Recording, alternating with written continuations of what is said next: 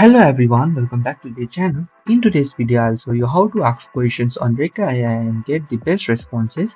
You can use Reka AI to get answers, explanation, and idea in just a few steps. So let's get started. First, open any web browser on your mobile or PC. Within the search bar, type reka.ai, then press enter. Now you will be redirected to the official website page. Within the home page, tap on Try Reka.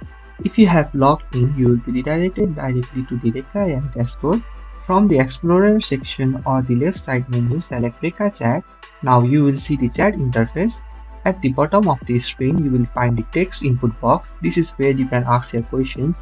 Click on the input box and type your questions. After typing your question, press enter or tap the send button.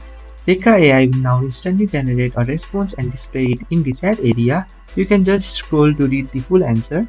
To continue the conversation, just type another question in the same chat. Reka AI will remember the context of your previous questions and give the responses based on it.